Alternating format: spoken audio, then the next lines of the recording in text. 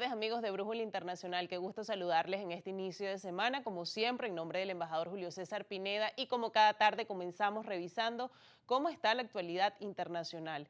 Y esta revisión la hacemos mirando hacia Chile, porque allí este domingo se llevó a cabo la primera vuelta de las elecciones presidenciales. En este sentido, Janet Jara y José Antonio Kast disputarán en un balotaje la presidencia del país el 14 de diciembre.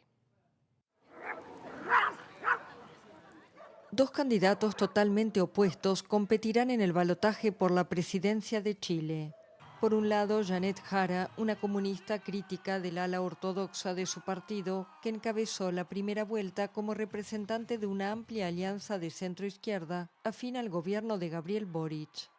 Entre encender la rabia y el odio entre chilenos, yo elijo encender la esperanza.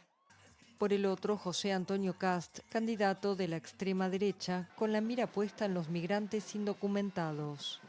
Así como hablamos de la migración y de las personas que migran y entran por la puerta y no queremos que entren por la ventana, nosotros lo que no queremos es la ideología.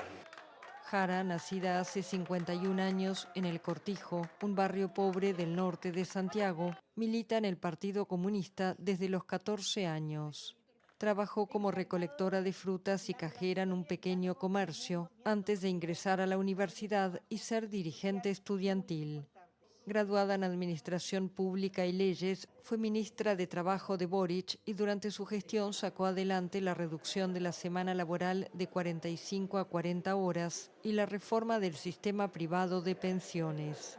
Aunque se mantiene en el Partido Comunista, ha tenido diferencias públicas con sus dirigentes más ortodoxos por sus posiciones frente a Cuba o Venezuela, cuyos gobiernos no considera democráticos. Jara está divorciada y tiene un hijo. Lo más irresponsable que Chile puede hacer es cerrar los ojos ante una realidad. Y aquí ya hay mucha gente que entró de manera irregular. Entonces, cerrar los ojos ante eso es seguir permitiendo el desorden, la anarquía, la falta de regularización de las personas que tienen que cotizar, que tienen que pagar impuestos y que muchas de ellas vinieron acá a trabajar y a aportar. Otras vinieron a delinquir, ya esa efectivamente hay que perseguirlas con todo el peso de la ley. Del otro lado está Kast, un abogado de 59 años, hijo menor y el 10º de un ex soldado del ejército alemán que emigró a Chile luego de la Segunda Guerra Mundial. El padre logró levantar un próspero negocio familiar de embutidos. Su hermano mayor fue ministro de Augusto Pinochet, de quien también Kast es admirador. Exdiputado, en 2019 fundó el Partido Republicano de extrema derecha. Esta es su tercera campaña presidencial y esta vez ha centrado su propuesta en la lucha implacable contra el crimen y los migrantes sin papeles, a los que planea expulsar si es elegido presidente. Nosotros vamos a cerrar las fronteras en todos aquellos lugares donde haya pasos irregulares. Los vamos a cerrar de manera física, como vieron ahí ustedes, con obstáculos físicos, sea zanjas, camellones, rejas. Con esos objetivos en la mira, ha visitado El Salvador de Nayib Bukele, la Italia de Giorgia Meloni y la Hungría de Viktor Orbán. Kast pertenece al movimiento católico Schoenstatt, está casado y tiene 9 hijos. Tomen las decisiones a tiempo. Y los ecuatorianos también asistieron a las urnas, pero por razones diferentes a los chilenos. En este sentido, el presidente del país, Daniel Noboa, recibió un duro golpe electoral luego de que la mayoría de los votantes rechazaran su referéndum para instalar bases militares extranjeras y redactar una nueva constitución. Festejo de la oposición en Ecuador. La mayoría de los ecuatorianos rechazó el domingo la propuesta del presidente Daniel Noboa de instalar bases militares extranjeras y de redactar una nueva constitución. Según el conteo parcial del 81% de los votos, el no se impuso en el referendo, un resultado que sorprendió al gobierno, ya que todas las encuestas daban por sentado que las iniciativas del mandatario obtendrían la mayoría con amplio margen.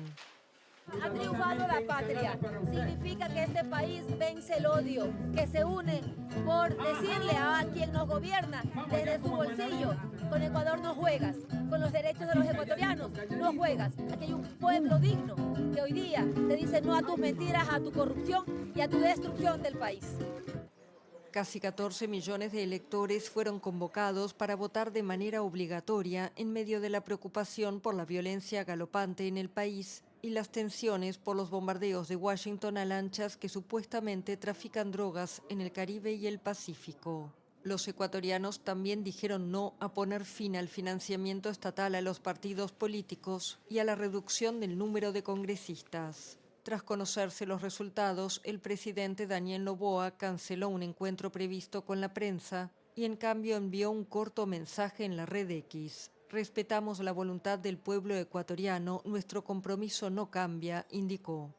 Este es el mayor golpe electoral para el mandatario desde que en 2024 logró la aprobación vía referendo de la extradición de ecuatorianos y del aumento de penas para el crimen organizado.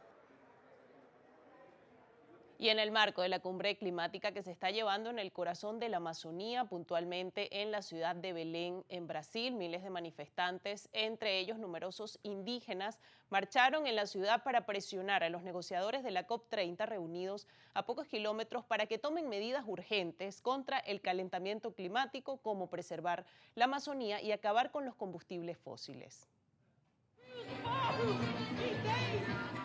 Protesta en Belém, a pocos kilómetros de la COP30. Miles de manifestantes, entre ellos numerosos indígenas, marcharon el sábado por la ciudad brasileña para presionar a los negociadores para que tomen medidas urgentes contra el calentamiento climático, como preservar la Amazonía y acabar con los combustibles fósiles. Basta de engañarnos, basta de hacer el trance que hacen con las grandes empresas mineras petroleras. Nosotras aquí estamos para defender a nuestra madre tierra, para defender a la abuela que es el mar. Nosotras no queremos más privatización de nuestra madre tierra, no queremos privatización del agua. El movimiento ambientalista hizo un llamamiento a manifestarse masivamente, después de que en las últimas 3 COPs celebradas en Egipto, Emiratos Árabes Unidos y Azerbaiyán, ninguna ONG considerará seguro tomar las calles. Muy presentes en la marcha, pueblos indígenas de la Amazonía fueron protagonistas de la primera semana de la conferencia, pidiendo mayor representación y atención a problemas como la preservación de sus territorios. Brasil abrió el lunes la COP con el pie derecho al lograr un consenso sobre la agenda de la reunión, pero lo hizo a costa de postergar las discusiones sobre los temas más espinosos.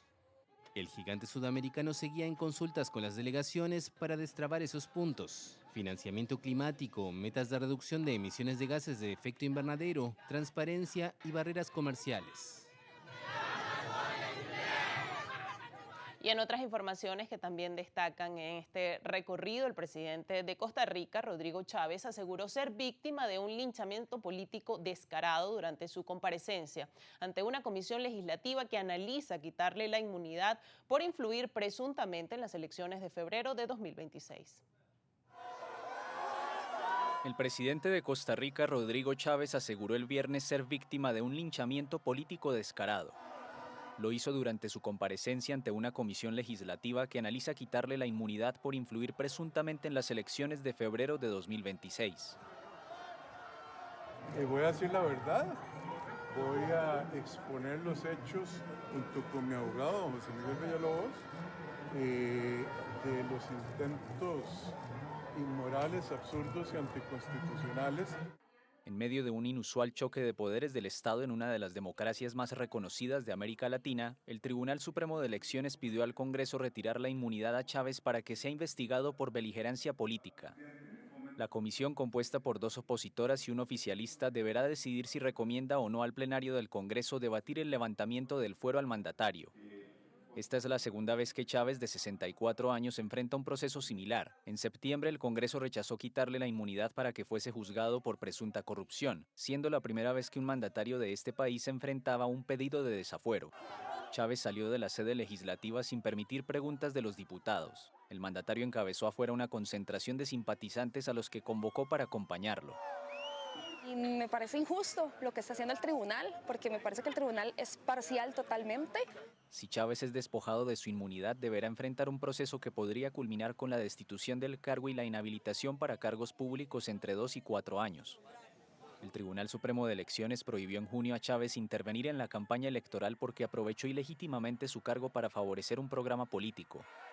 Chávez, un economista conservador, ha dicho que espera que su partido obtenga una mayoría calificada en el Congreso en las próximas elecciones para realizar una serie de reformas. Y Estados Unidos. El gobernante en el poder desde 2022 acusa a la Fiscalía, a la Corte Suprema y al Congreso de frenar sus iniciativas de gobierno, mientras los jefes de estas instituciones le atribuyen derivas autoritarias. Y así ha estado el panorama informativo este fin de semana, con América Latina como protagonista en este recorrido informativo, poniendo foco en estos procesos tanto en Chile, con estas presidenciales, como en este plebiscito que se llevó en Ecuador y la COP30 que se sigue llevando a cabo. De esta forma nos corresponde hacer nuestra primera pausa en esta edición de Brújula Internacional, pero al regreso, como siempre, el análisis al completo.